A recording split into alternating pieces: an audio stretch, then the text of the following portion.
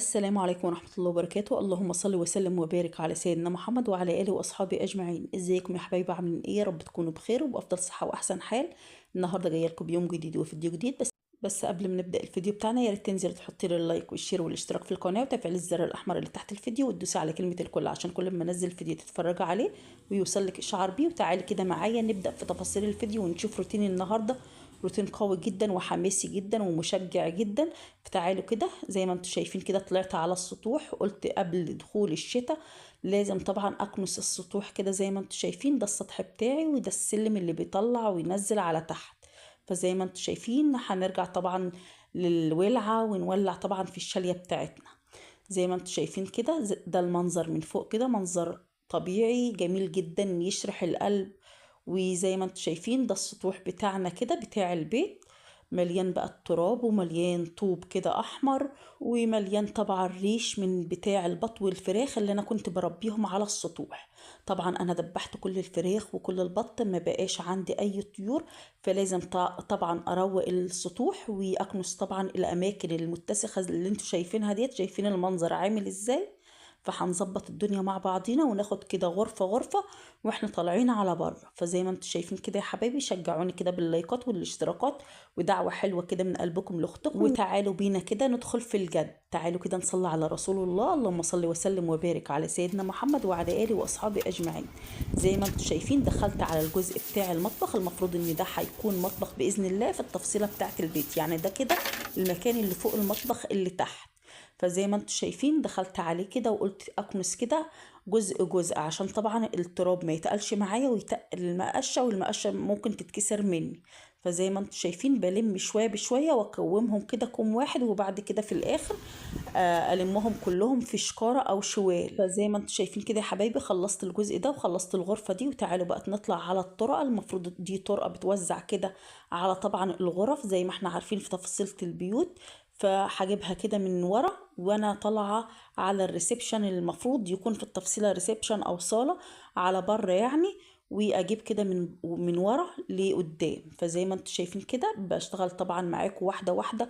وعايزه اقول لكم ان كان كميه تراب رهيبه رهيبه. يعني ردمت التليفون، ردمت كده مكان الشحن، وردمت طبعا الكاميرا. كل شويه كده بمسح الكاميرا عشان طبعا الفيديو يكون مريح لعينيكم. فزي ما انتم شايفين طلعت بقت على الجزء اللي بره ده وجيت هنا بقى. بس كان الهوا رهيب. هتسمعوا صوت الهوا هيطير التليفون.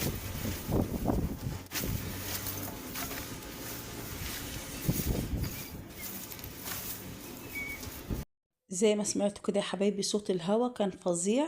فحبيت طبعا وسرعت برضو ان انا الم كل الحاجات اللي بتطير مني ديت علشان طبعا ما توسخش معايا الدنيا تاني. فزي ما انتم شايفين وهنا طبعا ترابة حمرا كده وحجارة حمرا. فديت لما بتدهس عليها من غير ما يكون واحد لابس شبشب فبتجرح. فلازم كده اول باول نطلع كده نمشط على السطح ونكنسه كده ونظبطه كده ونروق عليه. فتعالوا كده كنست الجزء اللي الناحيه دي وجيت برضو للجزء اللي الناحيه التانية لان الريسبشن هنا واسع جدا. الصالتين مفتوحين في بعض يعني المفروض غرفتين مفتوحين في بعض وما شاء الله الريسبشن كبير جدا. فجيت هنا بقى على الجزء ده وبكوم كل الزباله اعزكم الله بتطلع معايا في ركن عشان طبعا ما تتقلش وتكسر معايا المقش.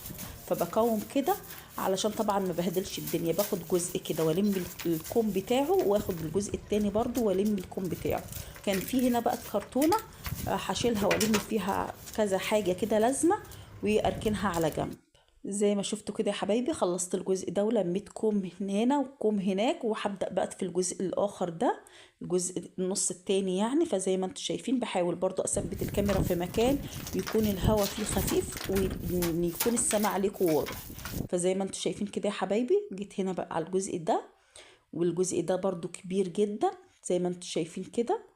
كده باللايكات والاشتراكات ودعوة حلوة كده من قلبكم ليا وصلوا على رسول الله. اللهم صل وسلم وبارك على سيدنا محمد وعلى آله وأصحابه أجمعين. زي ما انتم شايفين كده يا حبايبي بحاول برضو أجر الترابة الناعمة ديت. مش عارفة هل أنا كده بعمل الصح ولا كنت أسيب التراب ده يحمي السقف أو يحمي السطوح يعني من المطر لأن احنا داخلين على الشتاء. ففيدوني كده في التعليقات. هستنى برضو تقولوا لي الصح ايه. كنت اسيب التراب ده يحمي السقف من المطر ولا المفروض ان انا اكنسه وانضفه زي ما انتوا شايفين كده؟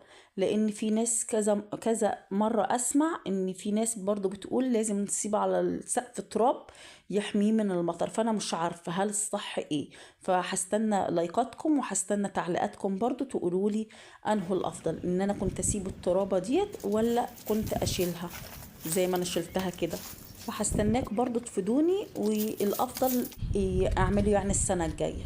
فزي ما انتوا شايفين كده يا حبايبي، دخلت بقى على المكان ده. المكان ده المفروض ان هو حمام او تواليت في الشقة اللي تحت. فده المكان ده برضو فيه شوية زبالة كده أعزكم الله، وفي حنفية كده برضو لما بنكون عندنا طيور بنملى منها مية للطيور والفراخ والكلام ده. فالحنفية ديت ورايا على طول وعالية، فالمكان ده بيتبهدل دايما على طول. فلازم طبعا أكنسه وأظبطه علشان لو بعد كده إن شاء الله جبنا طيور أو جبنا بط يكون سهل الدخول والطلوع ليه، الواحد ما يتكعفلش فيه، يعني الواحد ما يقعش من حجر طوب على الأرض. فزي ما انتوا شايفين في كمية تراب وفي كمية طبعا حاجات إزاز ممكن تتكسر، فلازم ده كله يطلع كده ويتكنس. وفي شكاير طبعا متقطعة وحاجات كده طبعا الشمس واكلاها كده ومهرية كده، بتطير طبعا، ممكن تطير على هدومك اللي انت نشرها تحت، ممكن تطير على اي حاجة. فحبيت برضو ان انا اكنسها كده، والاولاد بيكونوا عايزين يطلعوا يقعدوا على السطوح في الصيف، فلازم طبعا اكنس كده واظبط الدنيا. بما اني يعني خلصت من الطيور والفراخ والحاجات دي كلها، فلازم طبعا اكنس واروق الدنيا عشان طبعا الحاجات دي ما تطرش على البلكونات اللي تحت. فزي ما انتم شايفين كده يا حبايبي، شايفين كوم الزباله قد ايه، هلمه طبعا في الشكاره الصفرة ديت واظبط الدنيا. زي ما انتم شايفين كده لميت وظبطت الدنيا وفضيتها، وهروح بقى الم الكوم ده والكوم التاني، وفي كوم تاني في المطبخ برضو هروح الم. زي ما انتم شايفين كده يا حبايبي، شجعوني كده بلايكاتنا الجميله وتعليقاتكم الاجمل. زي ما انتم شايفين جبت بقى الغطا بتاع الجردل ده، وبدأت طبعا ان انا ألم كده واحدة واحدة عشان الحاجات دي ما تطرش معايا تاني. بحاول برضو ان انا امسكها كده واشيلها كلها مرة واحدة كده زي ما انتم شايفين اهو يا حبايبي. ما بخليش اي حاجة حتى استخدمت ايديا.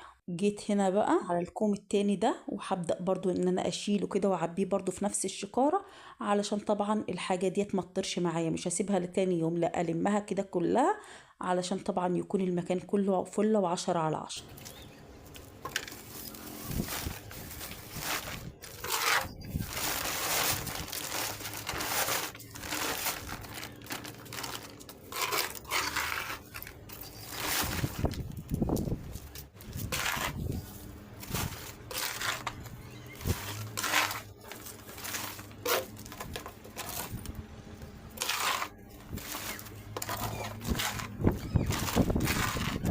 زي ما شفتوا كده يا حبايبي، لميت طبعا كمية التراب كلها، وحركن طبعا الشكارة دي في المكان ده كده لحد طبعا ما جوزي يجي وينزلها لي على تحت او يحدفها من فوق لتحت كده.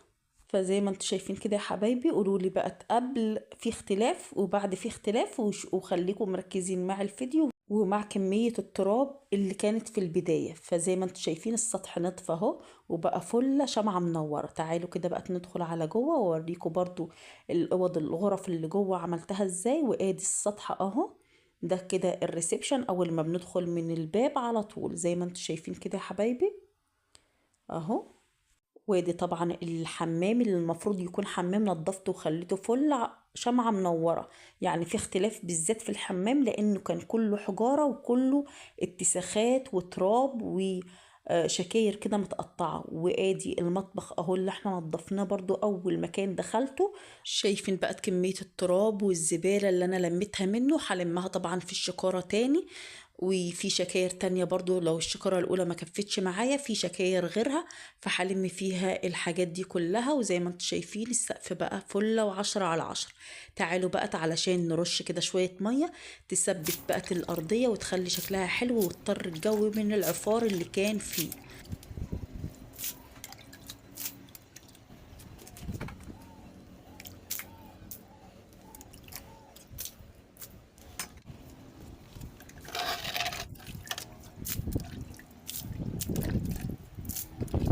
زي ما انتم شايفين كده يا حبايبي، رشرشت طبعا في الجزء اللي قدام وجيت هنا بقت على الجزء اللي هو اول ما بدخل منه.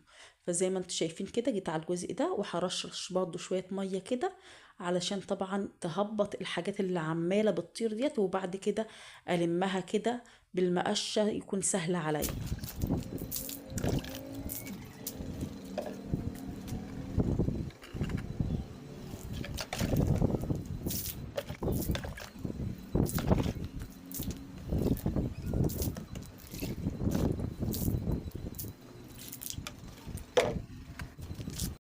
فزي ما انتم شايفين كده يا حبايبي رشرشت طبعا السقف كله زي ما انتم شايفين كده، وبقى 10/10. تدوني كام من 10 في الترويقة الحلوة ديت والروتين الجامد ده؟ قولولي كده استاهل كام من 10. وزي ما انتم شايفين كده ادي السطح بتاعي بقى فلة وشمعة منورة اهو يا حبايبي. ده الجزء الاولاني اللي كنسناه مع بعضينا اهو، او اخر جزء يعتبر. وادي المنظر من فوق عامل ازاي، شايفين المنظر من فوق عامل ازاي؟ تحفة.